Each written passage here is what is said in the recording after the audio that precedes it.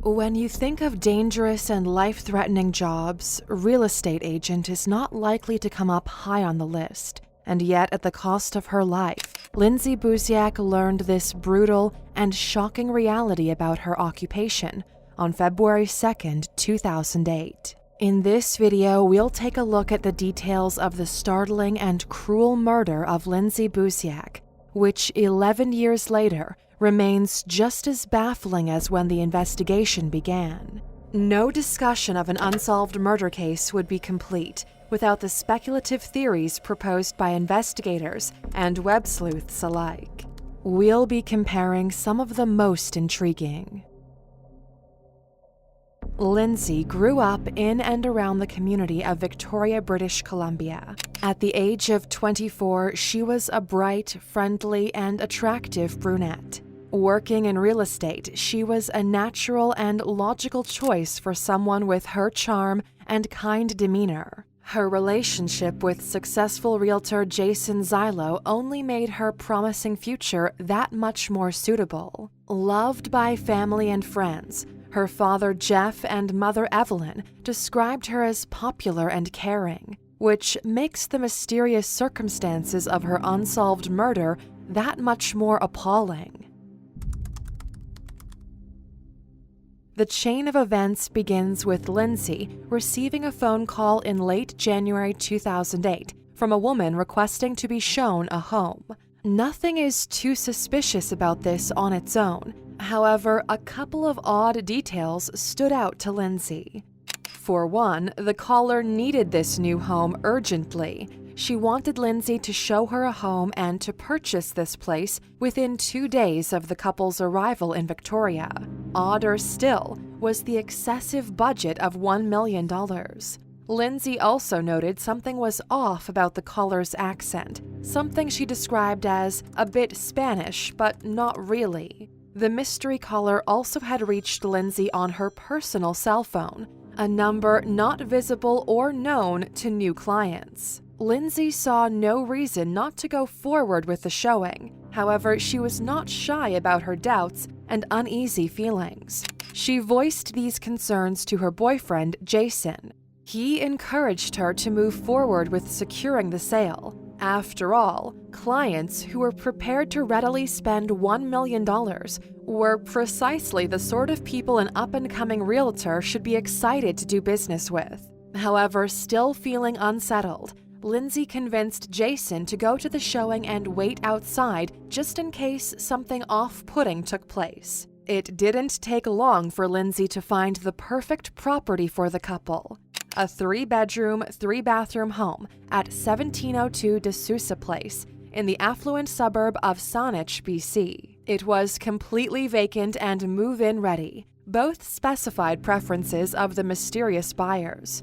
Lindsay confirmed a time with the woman for Saturday, February 2nd at 5:30 p.m. The client, again with a phony Spanish accent that caused Lindsay to nickname the couple the Mexicans, confirmed the appointment, but mentioned her husband would not be coming and she would meet Lindsay alone.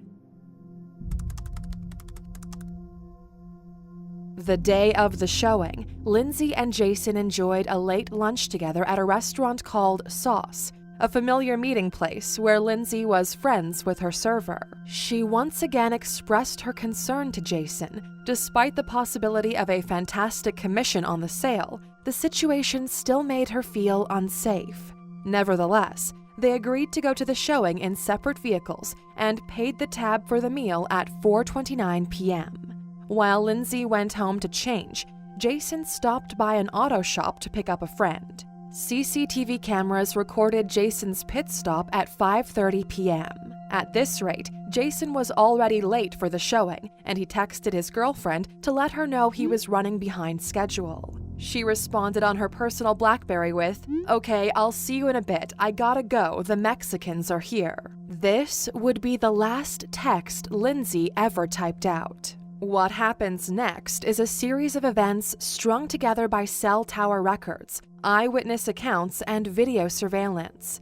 At 5:38 p.m., Jason responds with another update, just a couple of minutes away, which chillingly remained unread and unopened.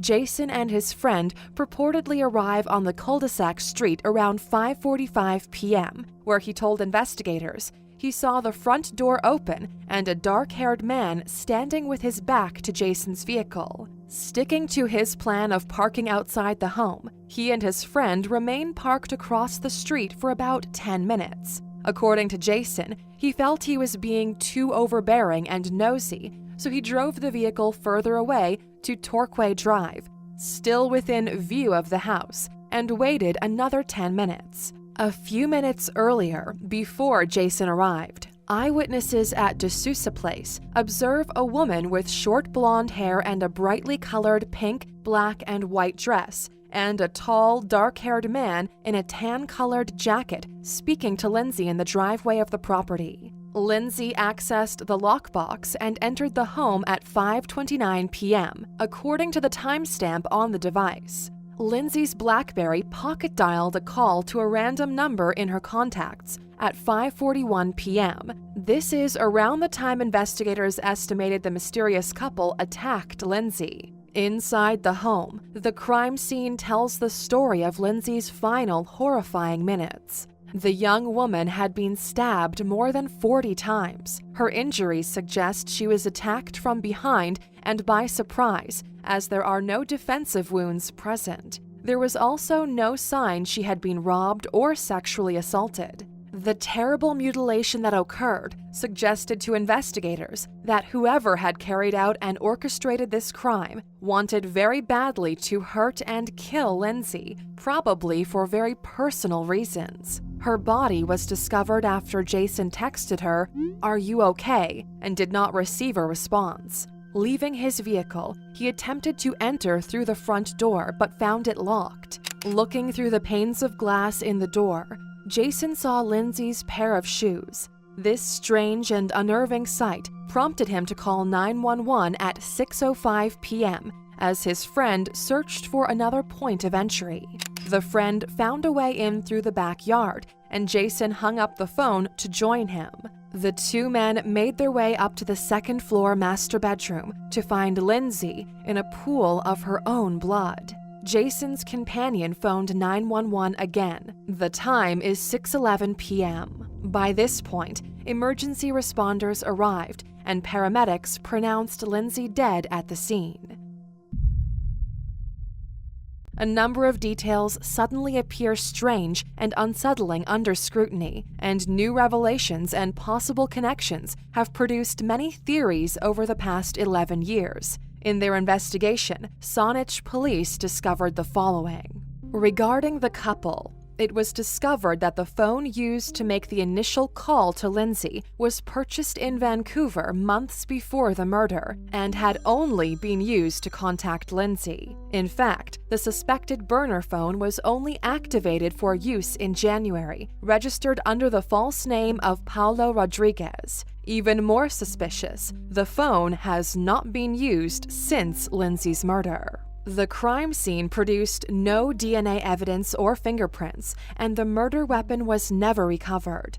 These facts lead investigators and followers of the case to believe that the couple that murdered Lindsay were professionals carrying out the heinous deed for someone else, someone close to Lindsay who had intimate knowledge of her life and workplace. Fingers were quickly pointed to Jason and his friend taken into Saanich Police custody at the crime scene and separated for interrogation. Both men were cleared thanks to the CCTV footage confirming their location at the auto shop before arriving at D'Souza Place. Additionally, Jason passed a polygraph test. This level of cooperation seems fitting, except for the fact that Jason has refused to this day to provide a DNA sample.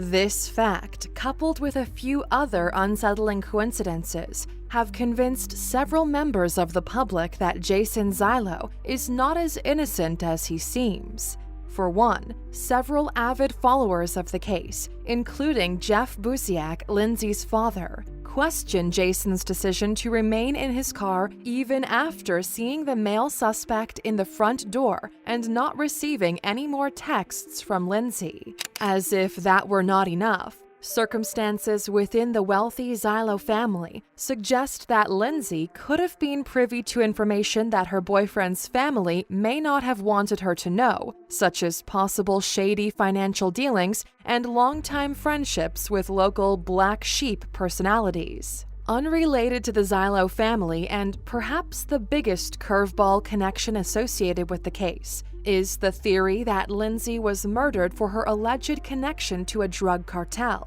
Perhaps not coincidentally, Lindsay reached out to a friend of her ex-boyfriend on a trip to Calgary just weeks before, and that same friend would later be arrested and charged with drug trafficking in what authorities have called the largest drug bust in Alberta, Canada's history. The friend, a man named Erickson Del Alcazar, was arrested on January 22, 2008, as a major conspirator and trafficker in the drug cartel. Could this connection to a dangerous criminal be what cost Lindsay her life? Prominent investigators Yolanda McCrary and Dwayne Stanton disagree. In their statements made on the NBC Dateline episode about her murder, the seasoned detectives have made statements suggesting the brutal nature of the stabbing rules out the possibility of a routine drug-related hit. Instead, they say the brutality indicates that this was a personal, emotionally charged murder. Despite years without answers and no arrests for the murder, Saanich Police have yet to declare this homicide a cold case and have not requested the assistance of outside investigators. This is alarming, considering the fact the mysterious couple is still at large and have not been seen since. Jeff Buziak, Lindsay's devoted father, has turned the search for his daughter's killer into an unyielding daily undertaking, making public appearances on news, popular crime television shows, and on Dr. Phil. Jeff also runs a forum-style website called LindsayBuziakMurder.com, where the public can submit tips and discuss theories. The case was shaken up on this very website when an anonymous person posted the following in August of 2017, quote, "I killed Lindsay, and stupid cops will never prove it. Cut the phony investigation, it's done. Go home, losers, forget about her. The street always rules. Bitch die every day." The legitimacy of this post is, of course, speculative. Lindsay's name has been misspelled, and in the age of the internet, many people are not above this kind of attention-seeking behavior.